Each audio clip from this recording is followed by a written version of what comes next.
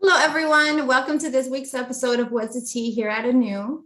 Welcome to our part 3 episode of our Domestic Violence Awareness Month series, where we dive a little bit further into what domestic violence truly is. So please take a moment and like our video and share on your page, on your social media with all your friends. You never know who might be out there and can really benefit from this information. And so just take a moment, like our video, share. We're celebrating Domestic Violence Awareness Month, hence the purple ribbon behind me. And so we're going to go ahead and dive a little bit deeper into what domestic violence truly is. For those who watched last week's episode, we talked about emotional abuse. Today, we're going to be talking about physical abuse. And so as we know, there are a lot of different types of abuse when you're talking about domestic violence. When people usually hear the term domestic violence, they usually hear or think of bruises, broken bones. But as we've discussed here in our series, there are a lot of different other types of abuse as well under the umbrella of domestic violence. And so I have two very special guests here with me today from Family Shelter Services. And so I'll go ahead and let you introduce yourselves. If you can tell me about yourself, what you do in the agency, and also what your agency has to offer. There. So I'm Monica Miller. I'm a safe adult advocate with Family Shelter Service. So Family Shelter Services provides sort of a wide range of support to survivors of domestic violence. We have our court advocates. They're located at the DuPage County Courthouse. We have our prevention team. They go out and do presentations for schools, for community members. We also have our community team. They do our hotline, and they also go out into the community. They do trainings. We have our children's team, which are our safe children specialists, and they work with the survivors who have children or children themselves who have experienced abuse. And then there's us. We are the safe adult advocates. So we provide services to adults who have survived domestic abuse. We do counseling, case management, we teach DV education, and we have walk-in hours as well. I'm Lizbeth. I'm also another safe adult advocate. So like Monica said, we provide all those services. I specifically work with English and Spanish speaking adult victims of domestic violence. But we both see residential and non-residential clients. We provide case management and emotional support to victims of domestic violence. Okay, wow, that's really interesting. It really sounds like a lot of the DV organizations really offer very similar resources and just help for victims, abusers, for everybody in general. So that's really a good thing because we're leaning towards figuring out what exactly is needed in our communities. And so it's really nice to know that there are different organizations like ours in different communities offering support and help to people. So that's really good. So let's go ahead and dive into our topic today, physical abuse. What is physical abuse? And can you give me some examples of it? Physical abuse could be the obvious things. It could be the hitting, punching, kicking, the things that leave bruises. But we also talk about in our DV education series how it can expand so much further than that. It could be blocking someone from leaving a room. It could be following someone, tracking on social media. There's lots of different, more subtle forms of physical abuse. And I like to add in a lot of times, if someone is being threatened by weapons, again, it's them trying, like Monica said, to block them and not let them get out of the house or out of the way. So by using that, also neglecting any physical needs, especially when a person is ill, pregnant, or injured. So that type of stuff. Physical abuse also doesn't have to directly hit the person. If things are being thrown, threats are being made, that also encompasses physical abuse as well. Also medical abuse, and sexual reproductive abuse, that could be, denying someone access to birth control, refusing to wear condoms, things like that. All of that can be, under the umbrella term of physical abuse. Wow, there's so many things under the umbrella of physical abuse. I feel like a lot of people might think, okay, so physical abuse is hitting and punching, just physically hurting somebody, but it could be so many more things. So you covered the fact that it's not always that obvious, right? Sometimes it's a little bit more subtle. So can you talk a little bit more about that, about how physical abuse might not be that obvious for the victim. How might a victim be in an abusive relationship where they're being physically abused, but possibly not know it? We always kind of talk about this when it comes to groups, how this is the whole point of us kind of educating and showing the signs of it, because a lot of times it becomes normal to a person. They don't know what a healthy relationship looks like. So if there's a lot of arguing, it could be, well, we both get into it, or it's just something that I'm used to. So in a way, that's how it can become, and how it's not obvious to someone. Also, when it comes to like peers, if do they always know that a friend or someone else is being abused, and not necessarily if the victim also knows how to hide it or how to keep it, a secret, either because they're ashamed or embarrassed, or they just don't want anybody else to know what's going on with them. So no, it's not always obvious. Normalized in a very large context. A lot of the shows we watch, or the movies we see, books we read, they have these unhealthy dynamics of power and control in relationships. And so when it's happening to you, you say, oh, it's the same that I see on TV. It's normal. It's fine. Or a lot of our clients have grown up in unhealthy households. And so it's been normalized to them from childhood. And so they don't know any different per se. I think a lot of it's also minimizing, denying, and blaming, like, oh, he didn't mean to, or I got in the way, or it wouldn't have happened if I had just taken a step back. Like, a lot of minimizing happens.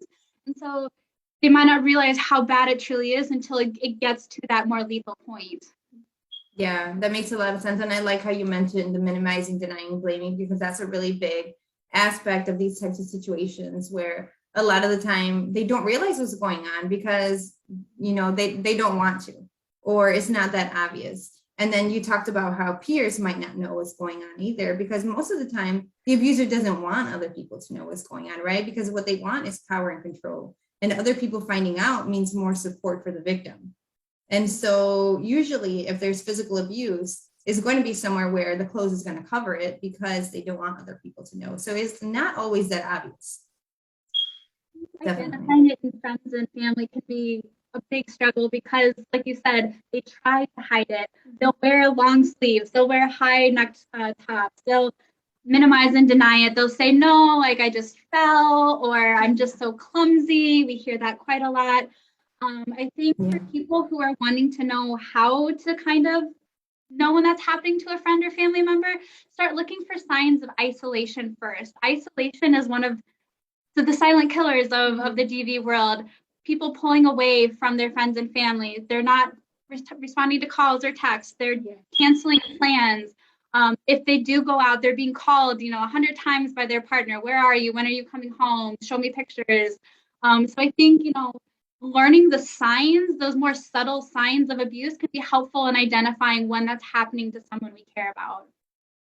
Yeah, definitely. Isolation is a big one. I would say that that's probably the most common, the one that, usually even happens in the beginning, where it's very subtle type of isolation, but it does start getting more and more gradually getting worse. And so that's definitely something to look out for. And now you're talking, go ahead. Oh, sorry. I was just going to talk about that as red flags for relationships. Those it's sort of normalized at the beginning of this puppy love. Oh, we just want to spend so much time together. I'm so crazy about you. Let's spend every evening together. Let's talk on the phone all day. And it seems cute in the beginning. It's like, oh, that puppy dog romance. But over time, when you start to realize, wow, I haven't talked to my mom in a week, or I haven't reached out to my friends in forever, that's when it starts to creep up on you. And by the time you're so far in, it's harder to break that isolation. Exactly. Yeah, I can see that. I can see how it could seem really cute. Oh, this person's paying so much attention to me. You kind of like it, of course. That's something you kind of want in a relationship. But once you realize, wait a minute, how did it get to here? Right. Then it becomes a problem. Then so of course, a little bit more difficult to take a step back. Because then the abuser is going to say, well, don't you like this? I thought you agreed to do this, so a lot can come from that as well. And then there's also this honeymoon stage, right? Where they apologize and everything's good. They act like everything's good. It's not going to happen again. You know, I really messed up. And so it could also be this honeymoon stage that's kind of influencing whether they see that they're, you know, in being abused, because most of the time they're in this honeymoon stage. I talk about that when we in our DV education series, we do the cycle of violence. And I talk about how honestly that hopeful phase might be one of the most dangerous parts. Like the physical abuse is more obvious, that's bad. We know that's bad. But when we cycle back to the hopeful, I love you so much, it'll never happen again, I'll get help. People cling to that hope. Of course we want our partners to change. Of course we want it to get better. And so holding on to that hope is sometimes one of the biggest barriers to leaving. Yeah. Like we said, you know, at the beginning, that's how you get to know each other. They're this genuine, awesome, nice person. So yeah, the hope that they're going to be that person again, you know, things are going to get better. Exactly. That hope comes from somewhere. You know, the abuse didn't start on the first date. So it does come from somewhere. It comes from that person that they first met, and they have hope to go back to that person that they fell in love with. Yeah.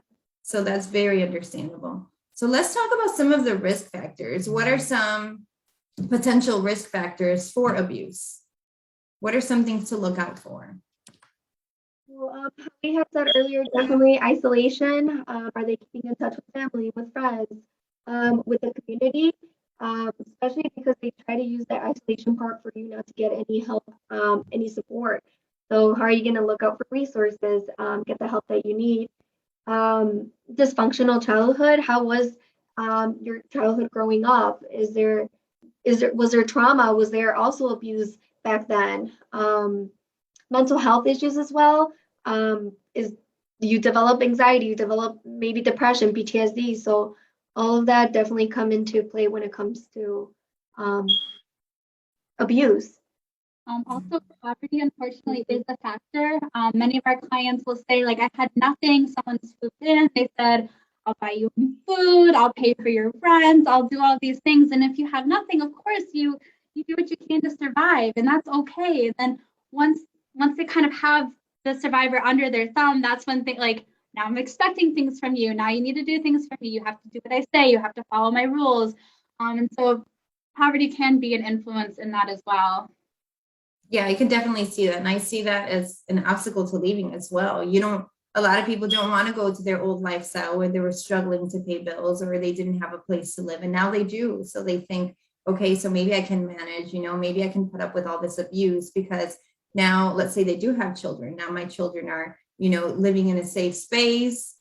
But we're not going to get into all the obstacles of leaving, right? Because we'll talk for another 2 hours. Yeah. I do think that the financial aspect of that is huge, because I think it does tie into physical, because it's keeping your names off of things. It's stopping you. It's taking your wages. It's I had a client who was forced to direct deposit into her abuser's account. Like it's physical as well in terms of financial.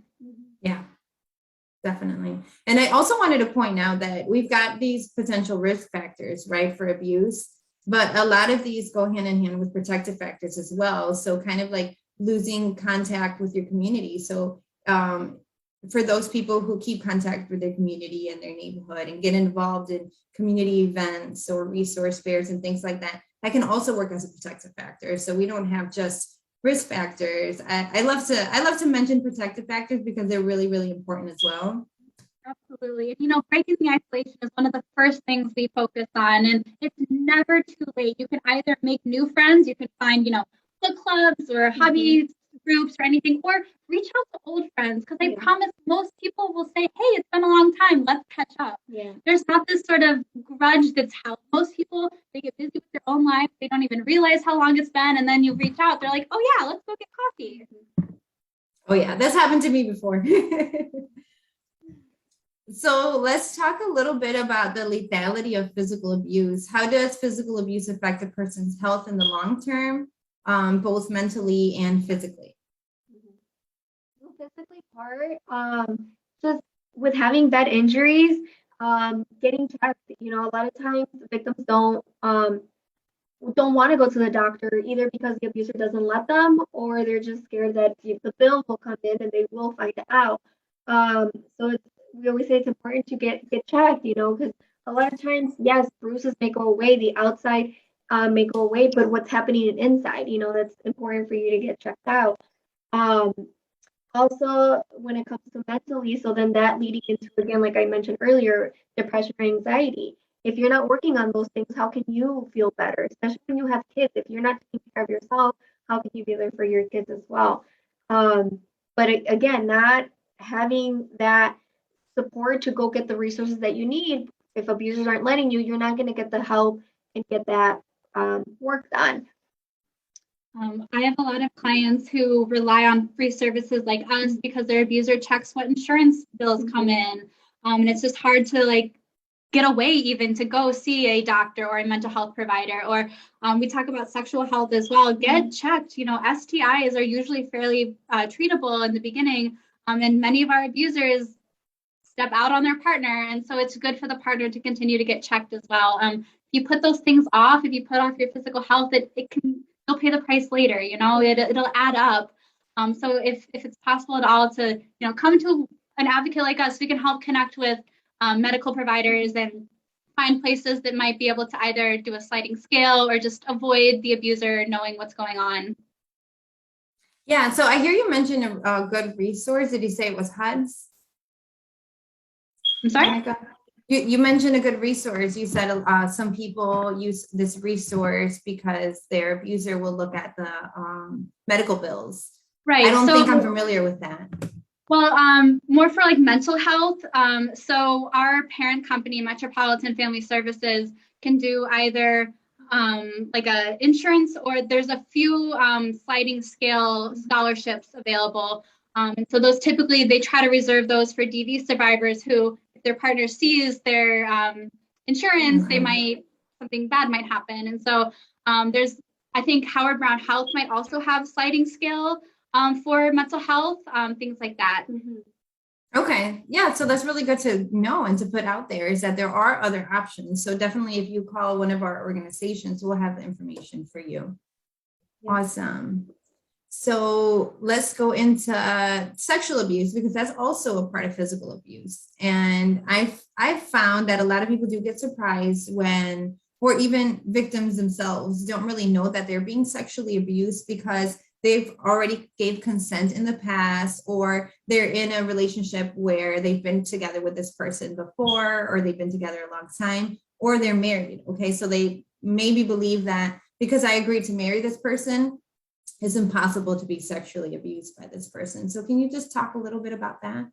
I think it's really important for everyone to know that consent is ongoing. Just because you consented to something in the past doesn't mean it's a given in the future. Just because you consented to one thing doesn't mean you're consenting to other things. Partners must give and receive consent constantly in a relationship, whether this is your first date, whether you've been married for 50 years, consent always needs to be asked for. I think, unfortunately, it's only very recently, within the past, I'd say 40 or 50 years, that marital rape was actually a crime.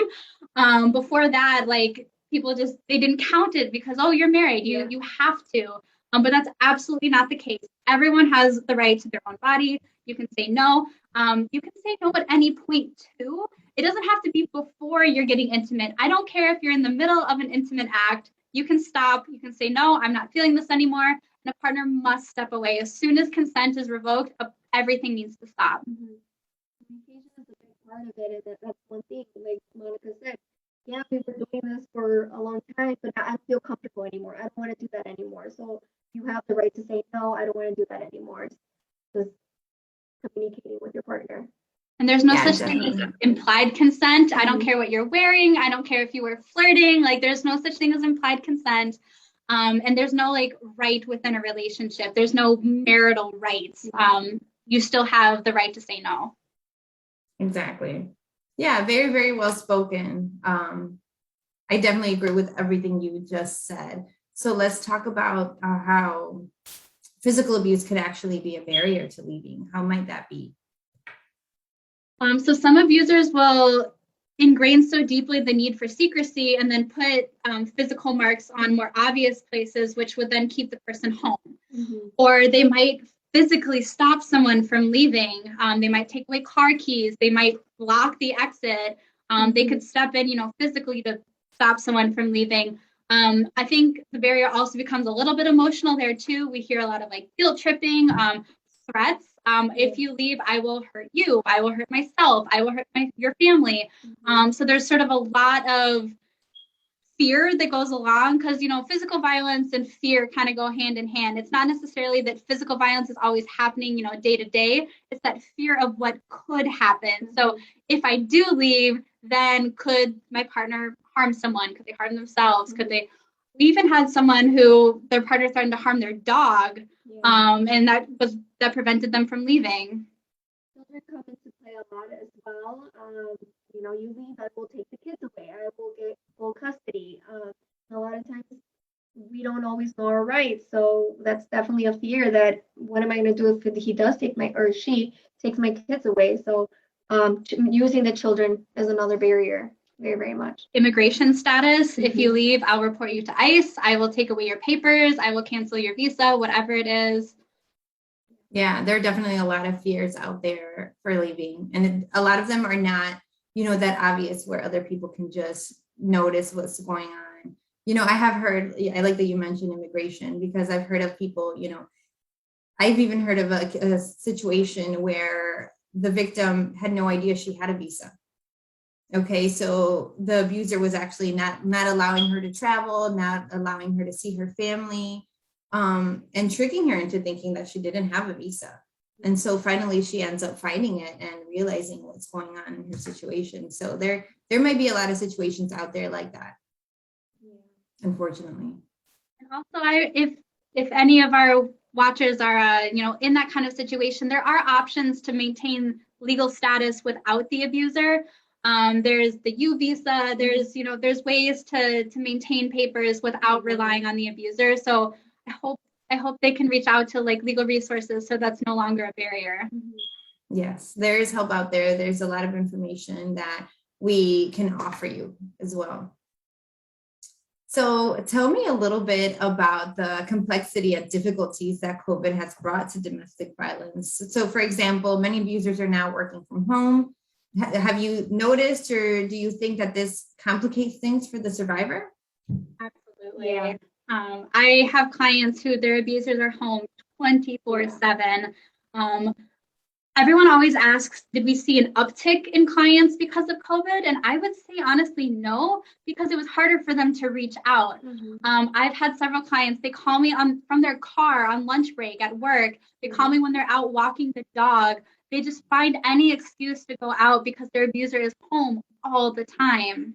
And it's important. I mean, when they're home, they're going to suspect things or question things. So I've had, like Monica said, clients where they're working and in the car, and sometimes if they take a little bit too long, where were you? Or I thought you were doing this. So they definitely keep an eye out, and it's hard for them.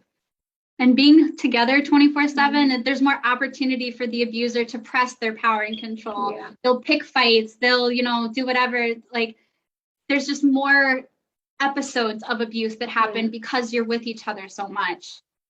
That's like, because they're here with me, I can't talk right now. So that when they need that help in the moment or want to talk to someone, they can't even do that. So maybe wait a few more days or wait another week. So yeah, definitely. Yeah, so having the abuser in the house 24/7, I can definitely see how that's going to impact the survivor's ability to just reach out and get help. And it might even be harder to leave a relationship. And I know we're going to go into that. That's one of our next questions is like, what kind of advice would you give people if they want to leave a relationship? But this might make it even difficult because usually what we tell somebody is like, you have to find a time. You have to actually strategize and find a time to leave the relationship where you think is safest.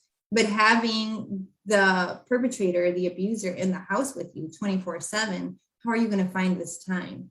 There's no time there's no hour where he or she goes to work. They're home all the time. So it could be a lot more difficult to just leave the relationship if someone is, wanting to do that.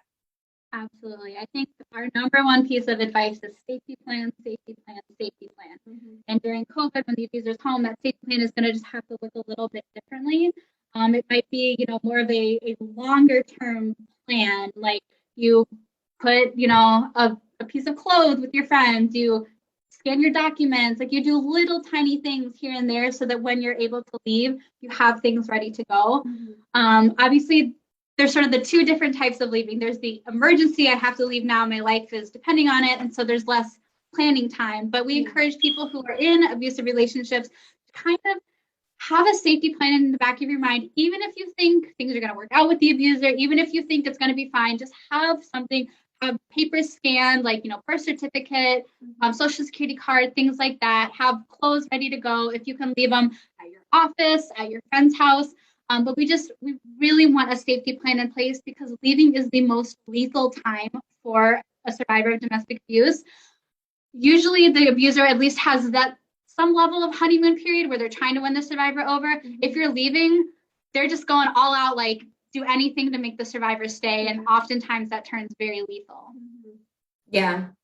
What I've learned is that that's actually the most dangerous time is when a victim wants to leave. So that's the importance of definitely emphasizing the safety plan.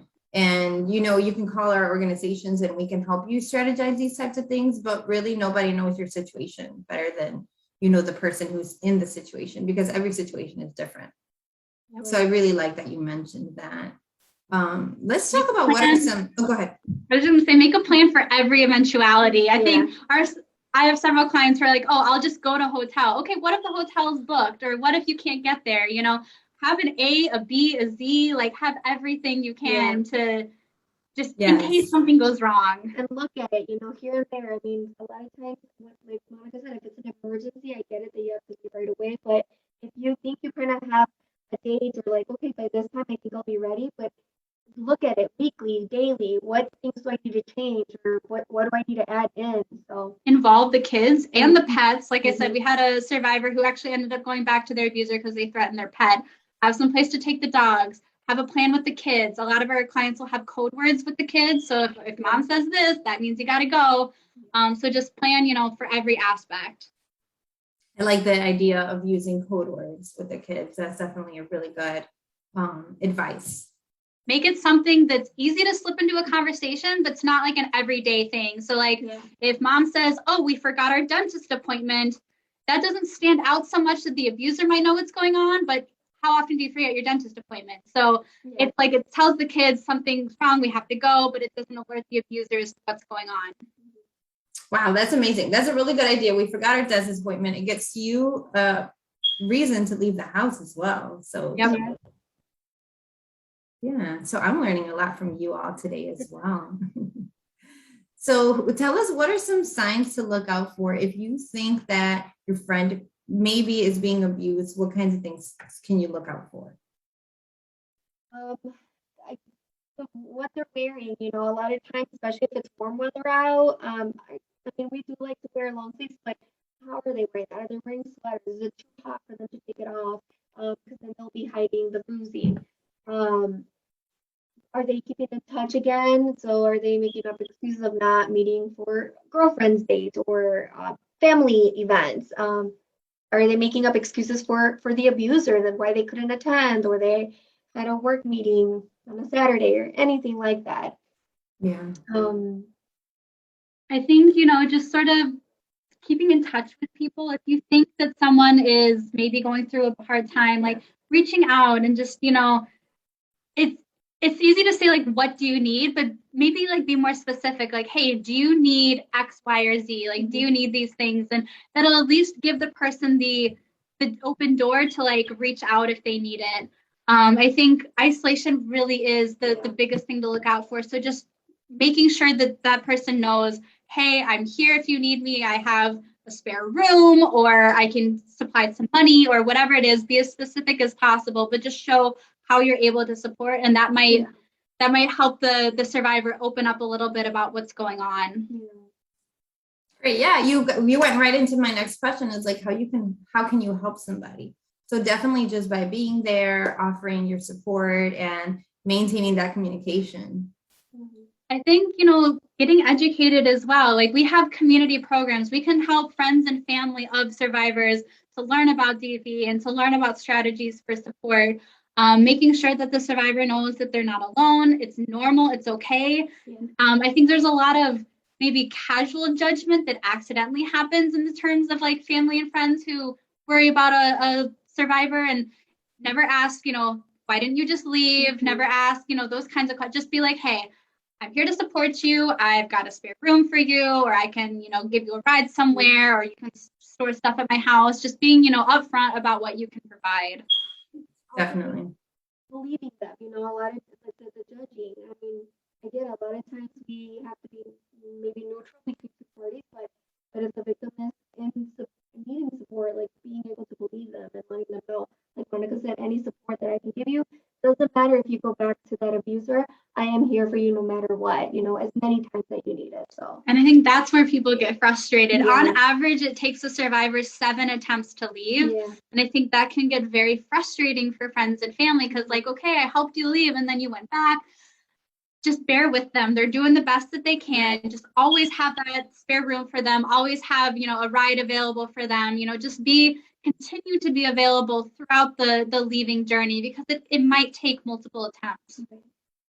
Yeah, it can be hard. I can definitely see how it can be hard when you gave your all to help this person only to see them, fall into this abuse again. But, it's a process and it's not that easy. And so it's definitely important to understand without judging. And I like how you mentioned, Lizbeth, believing them, right? Don't ask for proof, just believe them that what happened is what happened. Because, we've seen that happen sometimes where sometimes it's just it's emotional abuse where it's not that easy to prove. And maybe some people don't believe them. Yeah. Okay. So no matter what, it's definitely important to believe them and just basically just support them and be there for them because they'll know when they're ready. Yeah, so I've just about covered all my questions that I had for you. I really enjoyed all the answers that you gave. You both have so much knowledge. I learned a lot from you today as well. So if there's anything else that you want to share here today. I think, just remember that abuse is very multi-layered. It's not going to be the obvious things that people think of. It's not always pure physical abuse. Even the physical abuse is not always just like hitting and kicking. It's so multi-layered. The emotional side is absolutely huge. And it sounds like you covered that last week, which is wonderful. It's not as easy as just, leave. There's so many, if you have kids, you loved this person at some point. It's you're grieving the loss of the relationship. Like it's so multidimensional. And so it takes, for friends and family who are, kind of on the peripheral of that, it takes patience, it takes support. For the person going through it, it's going to take therapy, it's going to take resources. Like there's a lot of things that go into all of this. And so please just remember how multifaceted it is. It's not just a leave and you're done. There's post-separation abuse. Abusers often abuse the court system. They'll drag out divorce cases and custody cases. Like it's not simple. Nothing about this is simple.